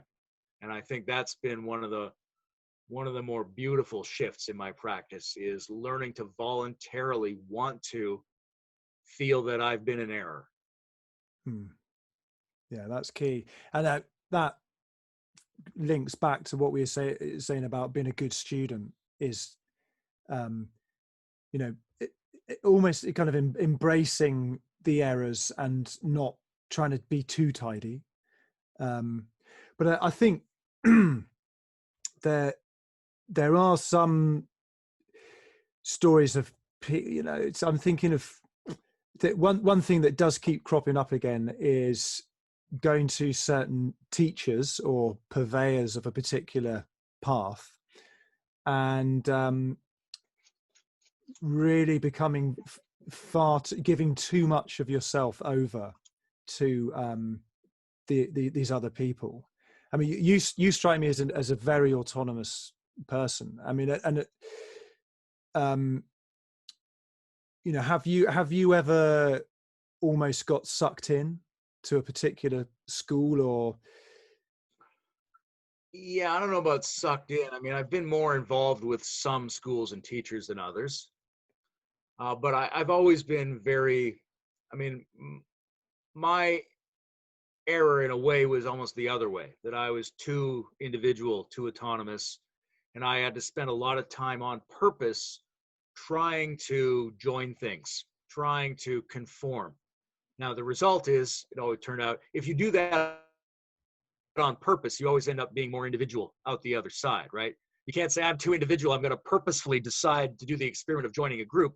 You're going in with the context of making yourself even more individual, because that's not why those other people are there necessarily. So there's that thing in my nature that makes me like that for whatever reason.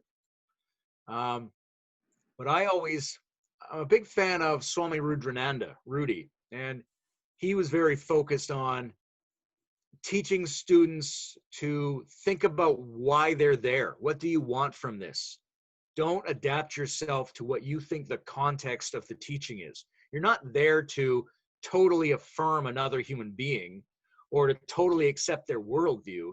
You're there for some other reason that's about you. What do you need? What do you want? Why are you here? What are you trying to get from it? And therefore, what do you not care about? Right? So I spent a lot of years in a Buddhist community. Right. And other people would always be like, the teacher, he does these amazing things and these amazing things, but I don't know if we can really believe him on human relationships or his weird paranoid future predictions. And none of that ever meant anything to me because I didn't care about that. I wasn't there to affirm everything that came out of his mouth. I was there to get his technical teachings and receive his energy transmission. Right. And even if it had turned out he was a child molester later, that wouldn't have mattered in a sense. Morally, it matters as a human being. But if I'm there to receive his energy output, that's what I'm there for. I'm not endorsing every other thing about him. I'm not endorsing his lifestyle or his views. I'm there to get something for me. And that's only clear if you ask yourself that question. What am I here for? Why do I even want this? Ask yourself really basic questions about your involvement. But there's also a self-esteem thing there, right? If you emotionally and intellectually and spiritually feel like you already have something, that you're capable, then I don't want to say stand apart, because you have to get really involved. You have to make real contact. But you don't make that contact in the sense of thinking that you're wrong and that person is right. And what you need to do is totally surrender to whatever you imagine they're asking you to do. You're there as an authentic being already. You're there to enter into a relationship, but it's only a relationship if you have some integrity in yourself already. Yeah, that's good advice. So I think I feel it's important that you have your personal practice, and then you're plugged into some community of practitioners that you're kind of connecting around, and then the next step outside of that is the natural world, wider society. So how do you feel your practice connects with that bigger picture beyond yourself and the community? Well, let me break, as I think your original questions that you sent to me did.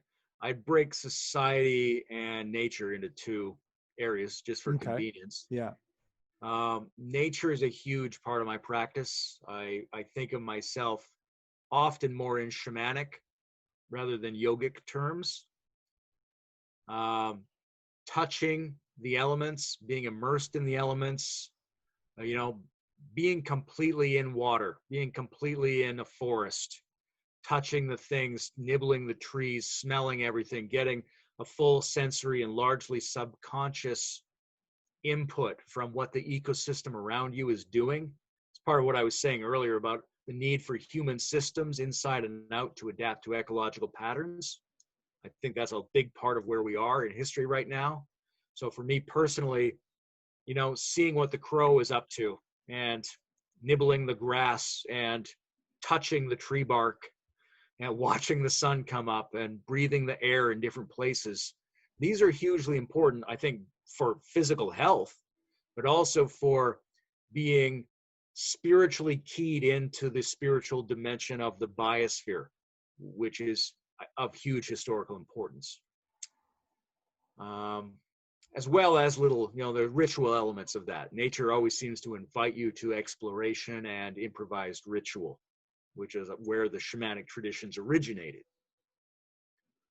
Socially, a lot of it comes through politics, actually. I think trying to deepen and evolve and challenge my political perspectives and trying to look at what are the mobilizations of people that are analogous to individual spiritual practice, which is in a lot of ways the question of religion. If religion is the social analog of individual spirituality, how does that work, right? How do you, if you have to bring together heart, mind, and body in yourself, what are the equivalent subsystems that need to come together in order for a community or a nation to be healthy, to have peak experiences, to evolve? What are the sociological correlates of individual experience? That's a big part of it. And the mediator between those is a sense of historical civic faithfulness, I think.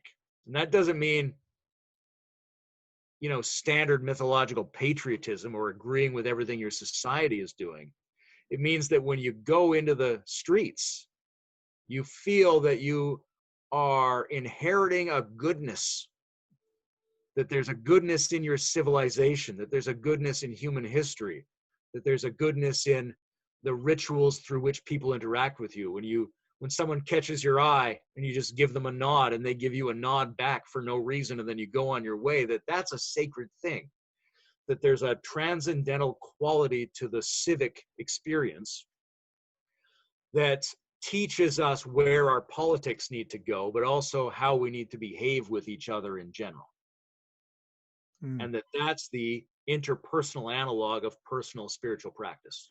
It's a little bit like that taking in the good practice where, notice what is functional in society. What is good, healthy, nourishing, connecting, genuine, authentic. Because it's so easy to, the news media is an exact reflection of that thing of focusing on negative stuff, that we're all hardwired to do. And my Facebook feed is very negative. A lot of it is complaining about things. And I'm not saying that the things that people are complaining about shouldn't be complained about. There's lots of bad things going on, but it's if you kind of obsess about that, then you're not tasting and generating. It's not coming. This kind of goodness is not coming into you, and it's not being brought back out of you. It's just, if you're just sucking in shit all day, you're not going to be spurting out flowers. I mean, it takes quite a lot of effort to actually orientate your attention towards some of the good things. I'm not saying forget the bad things. We're not going to forget the bad things because we are hardwired to pay attention to that. But it's there's so much beauty in things that people think of as small and mundane and unimportant. Yeah, from the integral perspective, we have these two, the inner and outer side of the social. So the inner side, the intersubjective experience, depends on you tuning into what's really valuable with other people, right? And that's your relationships and your friends and things like that. But it's also your city, your culture, your history, what makes that beautiful and what actions cause that feeling to come forward more, right? Like, obviously pick up a piece of trash, even if you don't have to, but also mix with other groups of the society that you don't spend time with, whether it's racially or class or different kinds of things, right? The society has to be stirred around.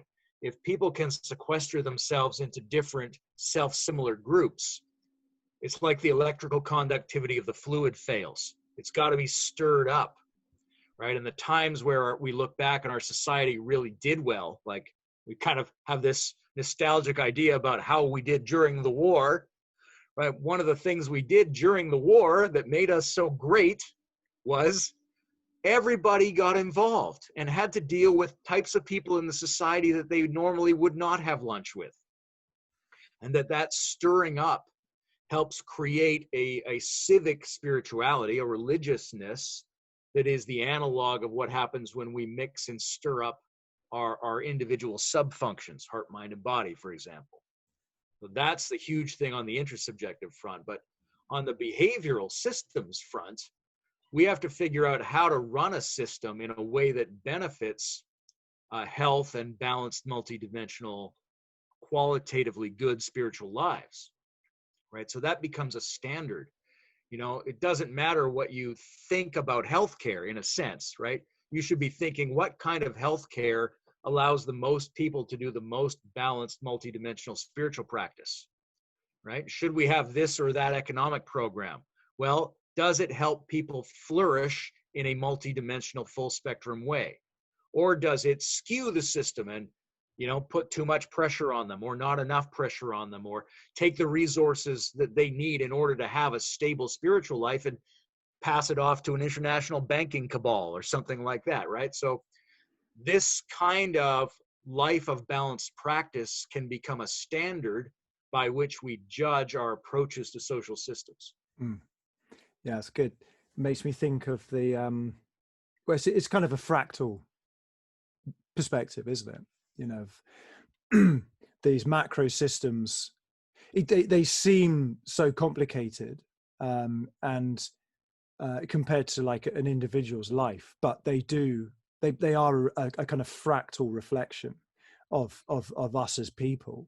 And you know, in the fractal sense, the next level on the fractal is similar. It's not identical, but it's similar. It's got similar structures to it, and I like the simplicity of that view that you put there, because, you know, when you look at you stand in the face of these wicked problems, or what are they, hyper objects. That's a term I've come across recently, which I really like. It's just, you're just like, people that just go, they just cannot get a purchase on it. But to make it kind of, yeah, to bring it down in that way, connect it in that way, I think is really, really nice. So I feel, you know, we've covered everything that I was hoping we'd cover, and I've really loved this conversation. So rich. Just to finish, you know, before we sort of get to the point where you share where people can find out more about things you care about, anything you want to say before we wrap it up in that way? I think just that the life of practice, regardless of what your practices are, it's such a beautiful thing. I just love it. It's so satisfying. It's much more satisfying and pleasurable and empowering than the life of reacting to whatever's coming up. And not only is it beautiful and lovely and empowering, but it also is, like I mentioned earlier, something I think is more necessary now than ever. And there's a bunch of things that could have been considered luxury items in the past, like among the ancient Taoists, the attempt to let go of names and labels and associative social reactions to what things are called and grouped, right? That's the Tao that can be named is not the Tao we're discussing. That was very luxurious. They didn't need to in the way that we need to now, because now we are receiving 10 million bits of highly suggestive, highly dubious social information every day. There's a deluge. And we have to teach ourselves not to respond to it automatically. They didn't have as much coming at them. It was a bit more of a luxury. But we have a situation now where, people who can't disengage from the emotional content of a tweet might kill themselves, right? So that it's like a survival necessity to teach even young children that what you see, you don't believe immediately, that you do not have an immediate emotional reaction to what you perceive from the culture. You can't. It could destroy you. There's too much of it now. So there's an emergency, in a way, due to the overwhelm that our civilization has created, where things that used to be optional spiritual practice are now necessary survival skills. Being embodied, going into nature, being more intentional in relationships. Like COVID, right? You can't, even if it goes away, you can't hug like you used to hug, right? Human relationship has to be more intentional. Everything has to be more intentional in order to prepare us for possibly endless waves of mass chaos from now on. So it's not only something I love, it's something I think at its root is absolutely necessary in order to have a prosperous rather than degenerative response to what the future is almost definitely going to consist of. It makes me think of, I haven't read the book, but I've seen the film, The Road by Cormac McCarthy. Do you know that story? Yeah, it's got Viggo Mortensen. That's it. Yeah, and the boy, I mean, they are living in the utter chaos that we all fear, but the boy, it keeps the fire alive, which is basically this humanity and this love, and he won't let go of that. And I mean, I can't articulate it much. It had a deep emotional impact on me, and I feel like these types of practice, as you say, it's not a luxury. That is the light, the fire that, in the case like this boy, we can take with us into this chaos that potentially might be coming, and through doing this, you can develop the strength to and the freedom around that inside yourself to not have it ripped away, by or swept away with this of the tide of chaos. In a way, I mean, you could describe it as it's you bringing your tiny little bit of order into the chaos. It's like you're seeding a little bit of order into the chaos. Yeah, that's a nice way to put it. So, if people they think, wow, this guy Layman's blowing my mind. I love all this stuff. Where can they find out more about what you do?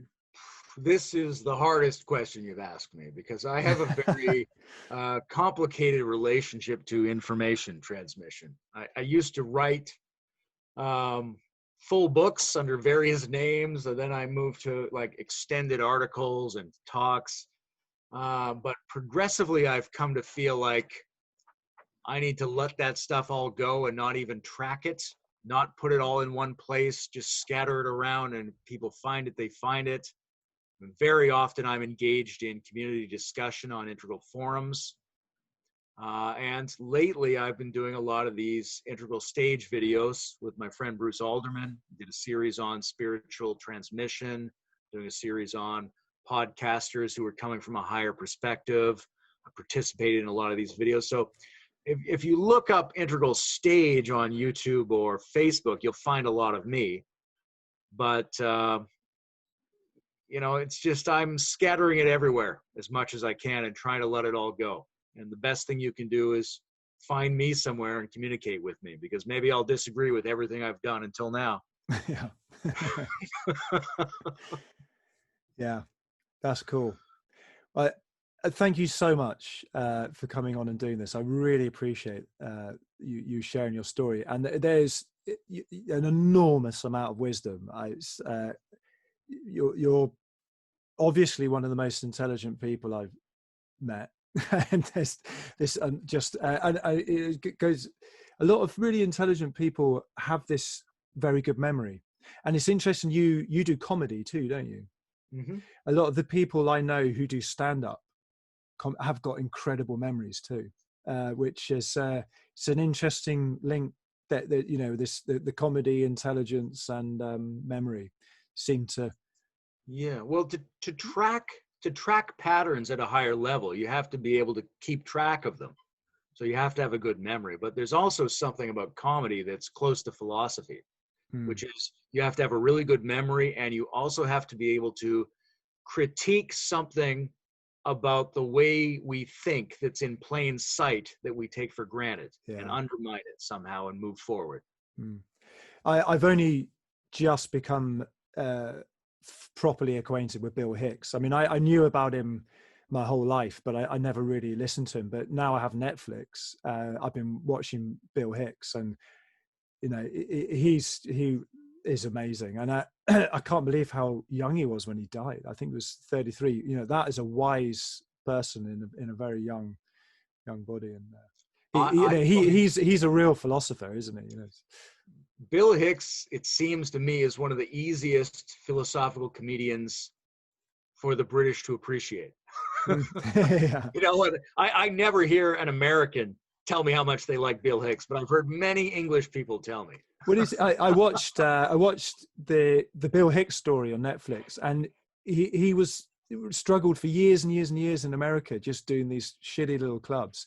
He come to England, and he was selling out massive auditoriums. And there is something definitely that the British, he appeals to the British sense of humor. The British sense of humor and the British tradition of intellectual and linguistic education, which is a little bit superior to many of the other countries in the world, right? That people come out of the British school system and they can speak and think pretty well and know a lot about a lot of topics. And in order to get higher comedy, you need to have that capacity. You need to be good with language and flexible and fluid and have a little bit of that, you know, Irish irony and a little bit of that imperial knowledge of all the things that are going on in the world. The British are very well set up to appreciate higher linguistic expressions of various kinds. I'm sure a lot of British people don't feel that way. Possibly not. But if you'd seen the North American school system. Yeah. Yeah, we. Anyway, this is fantastic, Ralph. I'm having a really good time. We don't have to stop it right now. I just wanted to do a shout out about I love these topics, and I love that you're doing this project, and I'm having a really good time. Yeah, well, it's you know, talking of going out of your comfort zone, not worrying about making mistakes, learning new stuff. This is all new for me. I've been learning about different software, different websites, and podcasts, and microphones, and internet connections, and you know, it's my head's hurting sometimes, but I really love this. And I've listened to podcasts and watched YouTube videos and stuff for so many years. I've been kind of on the outside of it, and something's really shifted in me the last couple of years where I want to contribute to this space. You know, now I don't want to be just passively in it. And I had to get over quite a lot of my, you know, very British wanting to save face, you know, not make a fool of myself in public. But I love it, and it's so cool. And one of the things one of the sort of motivations for me to do this is to actually meet people, connect, have conversations. It's an excuse to do it. And I think the COVID-19 pandemic has pushed, I feel it's pushed culture and society to the next level of online life. You know, we wouldn't have done this without this crisis. You know, it would have happened eventually, but it's pushed people onto doing this stuff. And I think that's one of the sort of good things that's come out of this, because it's a rich space, and we simultaneously live in meat space, but also in this incredible the internet it's a play, you know, it's the other side of our lives. And you know, you and I lived before the internet. Well, I mean, the internet's been around since, you know, before we were born, but a user-friendly internet didn't exist when we were young. And so we've experienced life where you just have the life inside your body, and, you know, with the mind and subtle, all of those things, but there's this whole other layer of our lives which has been added, and is absolutely fascinating. And of course it's terribly dangerous in many ways, but it's so liberating at the same time. And I feel like we're on some kind of fairground ride, white knuckles, holding on to this thing, just like, what is happening? We're mutating as people, and as a culture and society, and it's wonderful and terrible and awesome, and all of it all in one. It's a huge shift. I mean, you're right. I remember when you had to get your pornography from magazines. Yeah. This Go into the thing went shop. on in our lifetime. Yeah. This emergence of this, not only the technology itself, but the idea of the superlinked network in the back of our minds, applied to everything, applied to nature, applied to society. This notion of superlinked communication networks.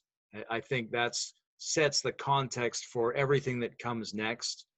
And a big part of it is getting into this new kind of communication. Like probably about a year ago, I mean, I would do maybe once a week, I would talk to somebody online, and it started to become a couple days a week. And then I got involved in these projects where I was contributing or hosting to recordings. And now I feel like everybody's joining me all of a sudden, and it's fantastic. And I've been pushing Bruce Alderman for a while to, you know, do a series about people who are doing this, which is how we talked the other day.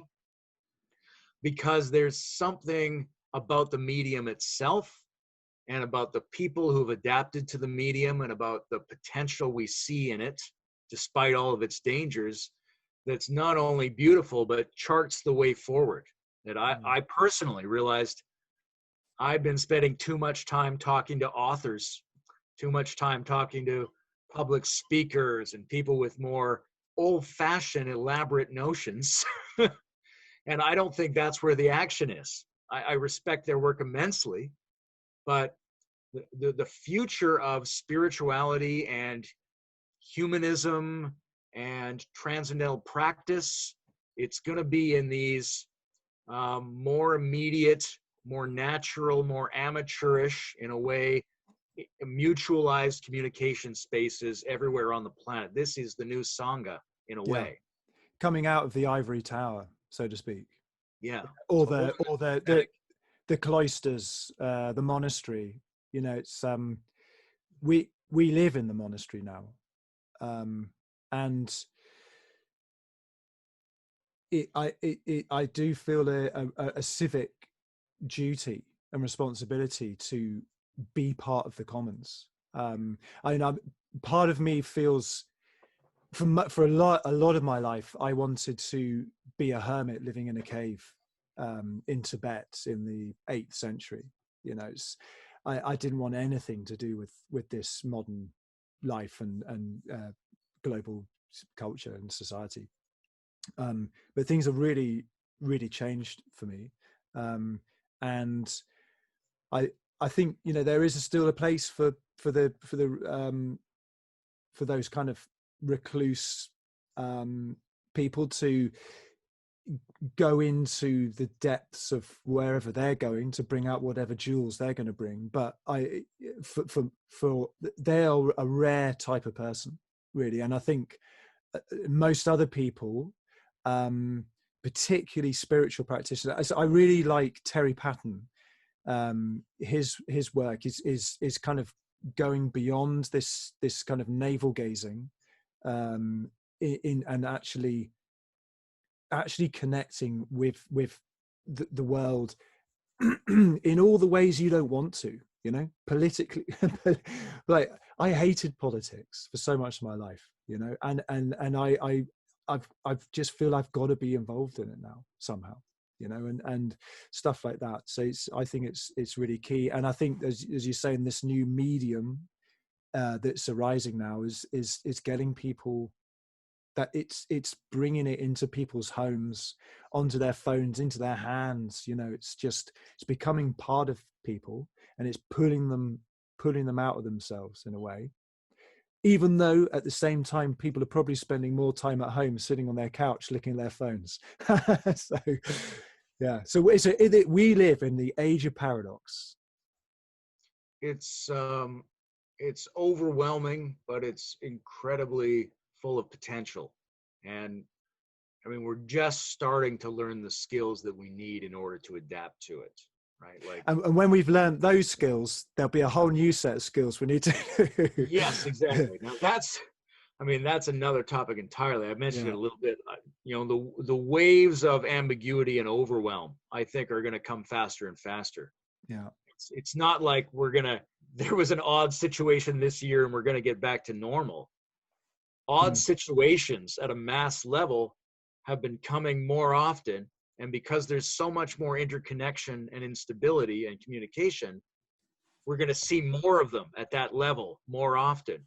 Yeah. And we have to be prepared for that ambiguity, which could be traumatic if we're not ready, but could be liberating if we are ready. Part of being ready is being flexible, and part of being ready is really being grounded in your own life of self-supporting practices so that you have a secure position from which to engage it from. Yeah. And I think, and ultimately we have to be able to just let go of the whole thing, because the ultimate catastrophe may be on the cards, and we have to have the emotional, psychological, spiritual maturity to actually let that possibility in and be able to let go of having to make the result be the way we want it. And I think once you've been able to let go that deeply, then I mean it makes me think of the sort of the martial arts thing, or the Zen of archery and things like that. Once you've truly let go at that level, then you can really begin to do the work in a way where you're not clinging to the result. You're just bringing that fire and heart into it, with an open mind. I don't know whether that even makes sense, but I think so, because you have to, first of all, you have to assimilate the boundaries of the situation you're in, which means accepting failure, accepting mystery, accepting maybe it's not going to work.